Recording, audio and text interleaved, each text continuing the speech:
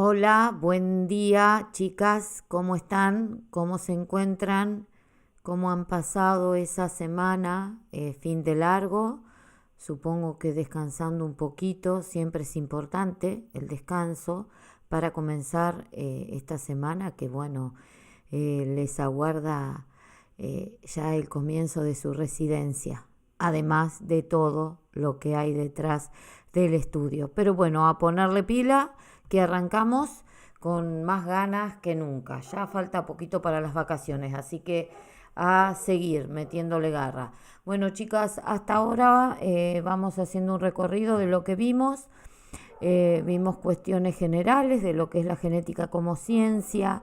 Vimos también, hicimos referencia a lo que es la división celular, retomamos conceptos muy importantes sobre mitosis y meiosis, también hablamos sobre bacterias y virus y eh, propusimos trabajos prácticos sobre herencia mendeliana y herencia no mendeliana. El último lo corregí y bueno, ya está todo corregido y todo enviado. Comenzamos una nueva semana con nuevo material. Vamos a empezar a ver la transmisión del material genético, de qué manera se hace. Si bien estuvimos viendo algunas cuestiones, nos vamos a detener en otras propias del tema y de la materia. Bueno, comenzamos. Creo que les tenía que decir algo. Después les voy a dejar en el campus el trabajo práctico, la modalidad de trabajo y la fecha de entrega. Eso quería decirles, así no se me escapan las cosas. Bueno, perdón. Ahora sí. Bien. Cuando hablamos acerca de la determinación cromosómica del sexo, ustedes saben que el sexo se determina en el momento de la fecundación, ¿sí? Cuando el óvulo o el ovocito, mejor dicho, y el espermatozoide se unen formando el huevo cigota, ¿sí? Esa es la determinación cromosómica del sexo. Pero bueno, yo les voy a aclarar que no solamente se determina en la fecundación, sino también que finaliza en un proceso llamado anfimixis. La anfimixis es el fin de la fecundación, ¿sí? Entonces, la unión de ovocito con el espermatozoide es el inicio y la anfimixis es el final de la fecundación. Bien, dijimos también que depende del gameto que aporte cada uno del progenitor. Y también, bueno, hicimos alusión a que estos gametos pueden tener cromosomas X o cromosomas Y, ¿sí? Ya ustedes eso lo saben y lo manejan muy bien porque ya empezamos a hacer ejercitación sobre herencia ligada al sexo. Bien, pero también tienen que saber que hay una determinación cromosómica que no es genética o propiamente genética, que tiene que ver con el ambiente. ¿Se acuerdan que habíamos visto el ejemplo de la crepidula fornicata? ¿Sí? Que dependía de dónde se asentaba o iba a ser macho o podía cambiar a la condición de hembra. ¿Se acuerdan que esto lo vimos? Bien. Cuando hablamos de determinación cromosómica, también hablamos acerca de sistemas. ¿Qué sistemas determinan esa propiamente determinación cromosómica del sexo? Seguramente ustedes los que más conocen son el XX y el XY que pertenecen al organismo humano, ¿verdad? XX es propio para la hembra, cuando hablamos de mamíferos, ¿verdad? Y XY es propiamente para el macho o el hombre. Pero hay otros sistemas que me gustaría que ustedes vayan acostumbrándose. Seguramente también, yo siempre digo que son cuestiones que uno retoma de las distintas materias que ustedes vienen ya en su trayectoria estudiantil han venido viendo. Y seguramente vieron estos sistemas en biología de los animales, con la profe de arriba. Bien, fíjense que acá vemos distintos sistemas que no es el de los mamíferos. Tenemos un sistema que es ZZ y ZW que generalmente se da en aves, ¿sí? Y fíjense a quién pertenecen. Se da en aves, pero también pueden haber algunos peces o crustáceos que cumplan con este sistema. Después tenemos el XXX0 o el ZZ0 que generalmente son los sistemas que pertenecen a los insectos. Esto es para que lo tengan en cuenta porque dentro del trabajo práctico número 4 van a tener que trabajar sobre esto también. Seguimos. Acá les pongo los ejemplos de esos sistemas, ¿sí? Para que ustedes les quede. Siempre recuerden, no es lo mismo explicar un concepto solamente que explicarlo y mostrarles imágenes. Esto lo recalco siempre en la práctica y deben tenerlo en cuenta. Bien, para llevar adelante lo que es los patrones de la herencia, ustedes saben que se estudian estos patrones por técnicas que usan los genetistas justamente para estudiar la herencia humana, que es justamente estos árboles genealógicos que son representaciones gráficas de la historia familiar. Esencialmente es un árbol, ¿sí? Un árbol genético familiar que señala la herencia de una o más características. No los confundamos con los árboles filogenéticos que ustedes próximamente verán en evolución, ¿verdad?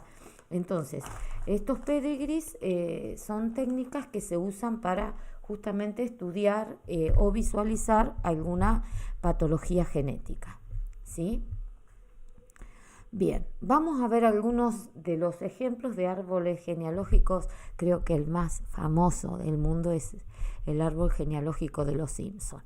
Esto es para que ustedes fíjense en qué buena estrategia para utilizar en un sexto año, ¿no?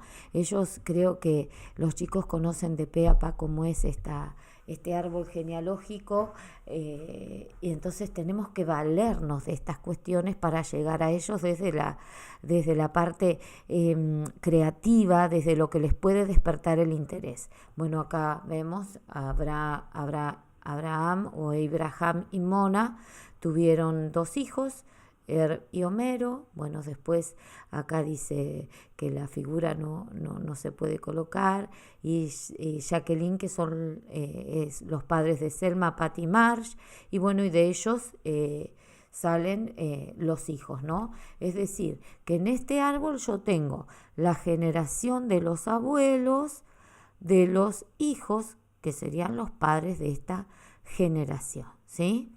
Seguimos. Cuando hablamos de pedigree, quiero que este es el tema que vamos a trabajar específicamente en el trabajo práctico número 4. Quiero que después les voy a compartir dentro del material, les voy a compartir una imagen de la nomenclatura que vamos a utilizar para pedigree. Lo estoy anotando así no me olvido. ¿Por qué? Porque si bien hay variantes, siempre sabemos que dentro de estas nomenclaturas hay nomenclaturas que son estándar y que tienen que ver con estos convenios que se hacen a nivel científico. Pero dentro de esos convenios hay variantes, ¿sí? Que después yo les voy a mandar uno que es espectacular, que vamos a trabajar sobre ese. Pero bueno, para que ustedes vayan más o menos sabiendo cómo son esa nomenclatura y cómo se lee un árbol genealógico o un pedigree, es que les comparto esto. Fíjense, esto es un mini árbol que muestra la parental y la primer descendencia, ¿sí? Acá les dan unas figuras geométricas que significa el cuadrado es el sexo masculino o el macho, el círculo es la mujer o la hembra y un rombo es un sexo no especificado. Después tenemos estos mismos símbolos o estas mismas figuras geométricas que tienen una flechita. Esta flechita hace alusión al probando, que después ustedes van a ver que ese probando es el que yo quiero averiguar que posee el rasgo, ¿sí? Después tengo, bueno, cuando estas figuras geométricas están tachadas, significa que es fallecido. Cuando están todas pintadas, significa que está enfermo o tiene el rasgo, enfermo entre comillas, ¿verdad? Vamos a hablar mejor con propiedad y se dice que está afectado con el rasgo. Cuando tiene un punto o puede también que esté pintado a la mitad, se hace alusión a cuando se es portador de ese rasgo, ¿sí? Esta es otra manera de mostrarlo. Después tenemos lo que se llama consanguinidad, es cuando hay casamiento entre parientes. Después tenemos acá esto que indica que hay un matrimonio. Después yo tengo que puedo tener gemelos disigóticos o monocigóticos, ¿sí? Que esto ustedes sabrán que es a qué hacen referencia, gemelos disigóticos y monocigóticos, que seguramente lo vieron con Cecilia Evergüen en Desarrollo. Bien, después acá tienen otros. Pero bueno, como les dije, después les voy a compartir otro que vamos a trabajar poniéndonos de acuerdo en su trabajo, así ninguno pone ningún signo distinto. Vamos a respetar la nomenclatura con la cual trabajaremos todos, ¿sí? Bien, cuando hablamos de pedigrí, hablamos acerca de patrones de herencia. Los patrones de herencia que existen son estos: autosómico dominante, autosómico recesivo, ligado a X dominante, ligado a X recesivo y ligado al cromosoma Y, que ya habíamos visto que cuando la enfermedad o el rasgo ligado a Y se llama holándrica, ¿sí? Entonces, y solamente ocurre en el cromosoma Y. Ahora vamos a ver características de cada una de esos patrones de la herencia, porque después yo les voy a mostrar distintos pedigrees y ustedes van a tener que decir a cuál de ellos hago referencia. Bien, entonces comenzamos. ¿Qué características tengo que ver yo en un pedigree que sigue el patrón autosómico dominante? Bueno, en este tipo de herencia, el rasgo aparece en cada generación, ¿sí? Cada individuo con el rasgo tiene un progenitor con ese rasgo. ¿Qué quiere decir? Que puede aparecer con igual frecuencia tanto en un hombre como en una mujer, y ambos pueden transmitirlo y no se saltea generaciones, ¿sí? Ahora yo lo que les digo, que tengo que hacer, reafirmar esto que les estoy diciendo de manera teórica por medio de una imagen, que esa es la manera con que ustedes lo van a entender. Acá les dejo un pedigrí autosómico dominante. Entonces dijimos que no se saltea generaciones. Fíjense en que el rasgo aparece en todas las generaciones. En la generación 1, 2, 3, 4. ¿Sí? Y fíjense en que se da con la misma proporción en hombres y mujeres. ¿Sí? ¿Se entiende? ¿Se ve claramente? Y aparece con igual frecuencia en hombres y en mujeres. Esto es con respecto al autosómico dominante. Otra de las cuestiones que justo acá me da pie para explicarles acerca del pedigrí es que, recuerden, la primer generación, segunda, tercera y cuarta, que esta, por supuesto, sería la primera generación o la parental, depende de donde yo la vea, ¿sí? ¿Se entiende? Bien, estos serían entonces la primera generación o primer parental, y fíjense en que siempre las generaciones se dan con el número romano, ¿sí? Pero después acá tenemos otros números que no son romanos, ¿sí? Entonces, ¿qué quiere decir esto? Que dentro de la primera generación yo tengo un individuo 1 y un individuo 2.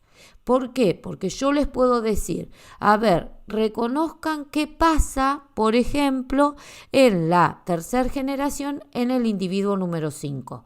Entonces ustedes tienen que saber que contando desde izquierda a derecha, tengo el individuo en forma sucesiva. ¿Se entiende eso? Bien, seguimos.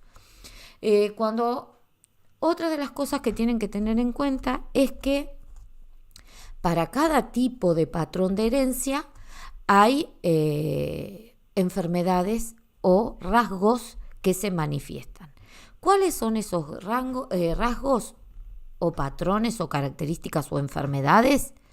La condroplasia, la neurofibromatosis y la enfermedad de Huntington, que yo se las voy a ir mostrando para que ustedes sepan de qué estoy hablando. Bien, acondroplasia, la más conocida para nosotros y la más vista, que es el enanismo. Después acá tengo neurofibromatosis. La neurofibromatosis, tanto como la enfermedad de Huntington, son enfermedades genéticas todas, ¿no? Pero bueno, son particulares. Justamente la neurofibromatosis es la más particular de todas y la más invasiva dependiendo de los grados. Acá tenemos un grado avanzado. Seguramente ustedes han visto en algún documental el hombre árbol. Ese hombre que parece un árbol sufre o padece de la neurofibromatosis. En el caso de la Corea de Huntington, el síndrome es lo mismo, el síndrome de Huntington también es un trastorno genético que afecta el cromosoma 4. ¿Qué pasa en este trastorno?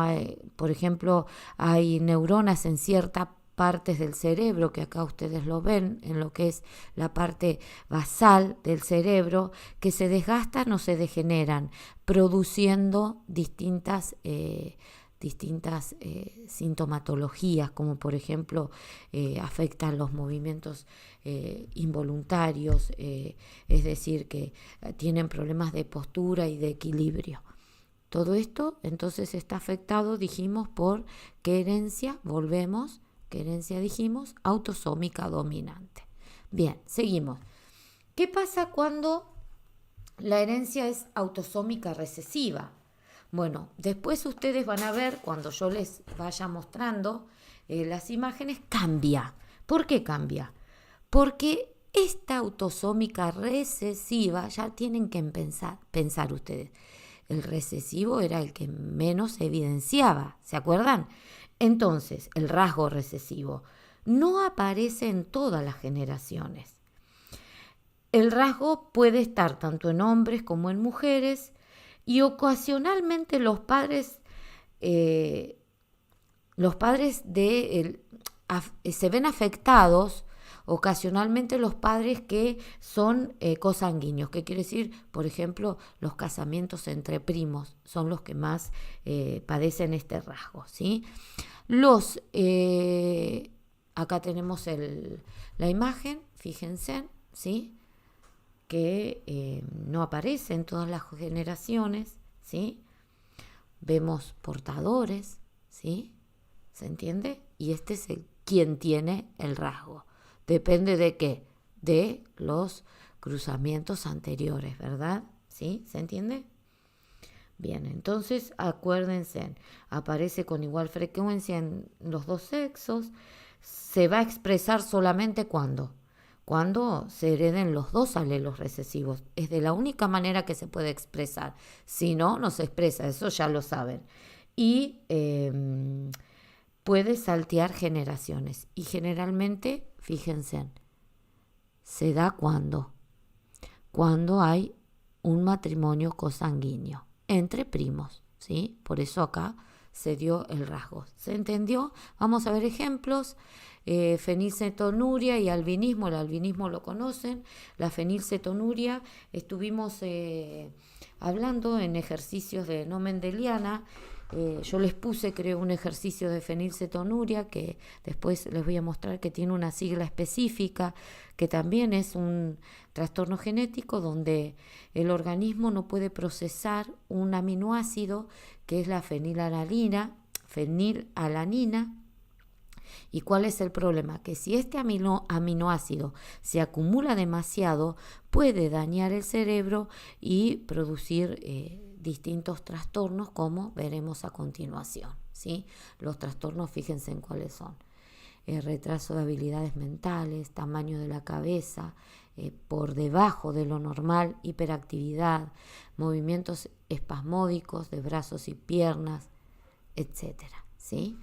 Esa es la sigla PKU de la fenilcetonuria. Para que sepan, cuando trabajamos con siglas siempre también tenemos que mencionar a qué hacemos referencia. Seguimos. Esto es el albinismo. Fíjense, acá veo el albinismo típico y acá veo otro tipo de albinismo que se da en la raza negra, en la etnia negra, que lo vamos a ver más adelante también, ¿sí? Con respecto cuando veamos las mutaciones. Bien, ¿qué pasa cuando el patrón de herencia es ligado a un X dominante? Bueno, ¿qué va a pasar acá? Van a estar afectados ambos, ¿sí? ¿Por qué? Porque ambos sexos tienen el X, pero va a ser más frecuente en las mujeres. ¿Por qué? Porque la mujer tiene un doble X. No saltea generaciones. Los varones que se ven afectados, sí o sí que van a tener que tener una madre afectada. Disculpen, voy a tomar agua. Y las mujeres que se vean afectadas deben tener sí o sí una madre o un padre afectado, ¿sí? Porque recuerden que son doble X. Los padres afectados van a pasar el rasgo a todas las hijas. Y las madres, como van a ser portadoras o heterocigotas, pasan el rasgo a la mitad de sus hijos y de sus hijas. Esta es otra de las cuestiones que les marqué, chicos, cuando trabajamos con herencia ligada al sexo. Tienen que hacer la distinción entre varones y mujeres. Hubieron quienes hablaban de hijos en general y daban sus proporciones o sus porcentajes sobre el 100% de los hijos, y en el caso de herencia ligada al sexo se hace de modo separado. Eso lo aclaré en algunos de los trabajitos que recibí. Bien, como ejemplo tenemos este raro síndrome de Rett, se llama. Fíjense, hay una imagen que muestra características propias. También es un trastorno genético. Esto es raro, sí, muy raro, pero ocurre. Causa problemas generalmente en el desarrollo y el sistema nervioso. Lo podríamos ubicar dentro de los trastornos de espectro autista a este síndrome de Rett. Lo más grave de este síndrome es que en las primeras etapas el niño se muestra sano, es decir, de los 3 meses a los 3 años el niño es normal, es sano, normal entre comillas, ¿verdad? Es sano, pero a partir de los 3 años se empieza a detener ese desarrollo, empiezan a aparecer síntomas como pérdida del habla, pérdida del movimiento de las manos, hay tantos, pérdida en el equilibrio y también puede haber desarrollo intelectual en esto. Fíjense en la importancia de todos estos síndromes, ¿no? Lo que causan. Afortunadamente es un síndrome que no afecta a muchos niños. Seguimos. ¿Qué ocurre cuando la herencia o el patrón es ligada a X recesivo? Si la mujer es heterocigota, el 50% de sus hijos van a heredar y expresarán la característica, pero el 50% de sus hijas van a aportar el alelo y lo van a expresar solo si también lo heredan del padre. ¿Por qué? Porque se va a expresar solamente si es recesivo. ¿Se entiende? Tiene que aportar los 2 alelos recesivos para que se pueda expresar. Si no, de otra manera va a ser portador y no se va a expresar. Pero si la madre es homocigota recesiva, ¿sí?, para el alelo estudiado, el 100% de los hijos va a expresar la característica, mientras que las hijas solamente van a ser portadoras, ¿sí? salvo que hereden el X de su padre también. Esto se entendió, ¿verdad? Creo que se me venía otra cosa que estuve corrigiendo con respecto a esto. Bueno, ya se me vendrá. Yo voy recordando las cosas que les he corregido, si bien se las marco en los trabajos, me gusta después mencionarlas en modo general. Bien, seguimos. ¿Qué pasa si el hombre es semicigótico? Va a heredar a sus hijas el alelo recesivo, pero estas solo van a aportar, ¿sí? el rasgo, a menos que, volvemos otra vez al revés, que porte el mismo alelo de la madre. En ese caso sí va a ser portadora, no, va a tener el rasgo. Voy a sacar ese portadora, va a tener el rasgo. Y por esa razón aparece en alta frecuencia en el varón, ¿sí? Y el ejemplo lo vimos, el daltonismo y la hemofilia. Por eso no nos detenemos, porque esto ya lo habíamos visto. Cuando hablamos de la herencia holándrica, hacemos alusión a la ligada al cromosoma Y. Entonces decimos, sin temor a equivocarnos, que este patrón de herencia consiste en que las características solamente se heredan del padre a los hijos, a los nietos y así sucesivamente. Pero solamente se ve afectado el cromosoma Y. Es exclusiva de los hombres, ¿sí? Es transmitida, dijimos, solo a través del hombre, nunca de la mujer. ¿Por qué? Por causas obvias, porque la mujer no tiene un cromosoma Y. No saltea generaciones tampoco. Y esto es, podemos decir que el cromosoma Y, ¿se acuerdan que yo les había dicho que tienen un sector que es heterólogo y ese sector tiene pocos genes? Por eso decimos que hay un gen que es el SRI, el SRI, que gobierna la diferenciación de las gónadas en los testículos, ¿no? En los varones. Por eso hay una diferenciación específica entre los hombres y las mujeres. Recuerden, vuelvo a hacer esta aclaración. Cuando hablamos, no es que uno deje de lado la sexualidad, ¿sí? Pero bueno, hay cuestiones que dentro de la genética hay que detenerse. No es, uno no quiere ofender a nadie con esto, pero bueno, tenemos que detenernos sí o sí, sin olvidarnos, por supuesto, que hay otras cuestiones que estructuran la sexualidad de una persona. Bien, fíjense, este es un patrón de herencia claramente ligada ahí, porque dijimos, no salta generaciones y se hereda solamente por vía paterna. ¿Se ve? Claramente no saltea ninguna generación y solamente quienes se ven afectados por el rasgo es el hombre. Bien, acá aparecen 3 tipos de conceptos que, bueno, van a tener que trabajar en el próximo trabajo, que es acerca de penetrancia, expresividad y fenocopia. Bueno, ¿qué es la penetrancia? Que en realidad muchas veces se suelen usar como sinónimos y no lo son. ¿Por qué? Porque la penetrancia es la frecuencia o porcentaje con que un gen dominante o recesivo se manifiesta en el fenotipo de un individuo que lo porta. ¿Sí? En cambio, la expresividad es la fuerza con que se manifiesta ese gen penetrante. Que ¿cómo puede ser? Se puede manifestar de forma intermedia, ligera o fuerte, ¿sí? Y da el ejemplo de los ojos Love de la Drosophila melanogaster, que es una penetrancia dominante, es una penetrancia fuerte.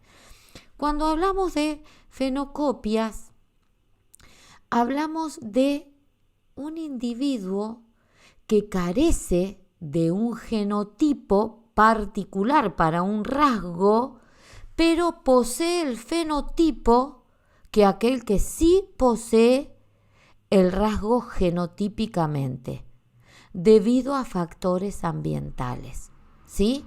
Acá el ejemplo que más se utiliza es la diabetes, ¿sí? ¿Qué quiere decir? Que si bien hay un factor genético en la diabetes, ¿qué puede pasar? Que uno también puede predisponer o no para ser diabético o no serlo. Por ejemplo, si yo sé que mi mamá falleció por diabetes, yo sé que está el predisponente. Entonces, lo mínimo que tengo que hacer yo es tratar de crear el ambiente óptimo para yo tratar de evitar ese rasgo que está dentro de mi carga genética. ¿Se entiende? ¿Sí? Bien. El ejemplo, este creo que es el ejemplo más claro, ¿no? El de Michael Jackson. No hay mucho más para decir. Fíjense, sin poseer el genotipo para esta característica, lo evidencia. Por supuesto que podríamos decir, con ayudas extras, ¿no? Que te proporciona la ciencia. Bien, seguimos. Para poder tratar las patologías genéticas, más que tratar, primero diagnosticar. Hay una serie de evaluaciones que generalmente suelen hacerse antes de la aparición, ¿no? Del parto, que son los siguientes. Tenemos que esto también ustedes seguramente lo han visto o lo verán en breve con Cecilia en desarrollo. Tenemos la amniocentesis, tenemos el muestreo de vellosidades coriónicas, que si ustedes ven imagen parecen lo mismo, pero no lo son. Y esto está bueno que ustedes lo diferencien. La amniocentesis es un estudio que se hace extrayendo líquido amniótico. Ese líquido se estudia para ver si hay alguna anomalía genética y después, se decidirá si hay un tratamiento o no para ello, etcétera, ¿sí? Pero cuando hablamos de muestreo de vellosidades coriónicas, ese muestreo se hace a partir de la placenta, ¿sí? No del líquido amniótico. Bien, ¿para qué sirven estos diagnósticos? Sirven para poder descartar una enfermedad genética o no, ¿sí? Y, por supuesto, se sabe si primero se tiene que hacer también un estudio de cariotipo, ¿sí? Y de pedigrí también. Son todas cuestiones que se utilizan para descartar. Generalmente quienes se hacen todos estos estudios son quienes tienen algún rasgo en la familia o aquellas mamás que quedan embarazadas a edad muy adulta, ¿sí? El médico obstétrico o ginecólogo la mandará a hacer un estudio al menos de amniocentesis para descartar cualquier anomalía que allí hace, ¿sí? Bueno. ¿Qué enfermedades se detectan? Acá están todas.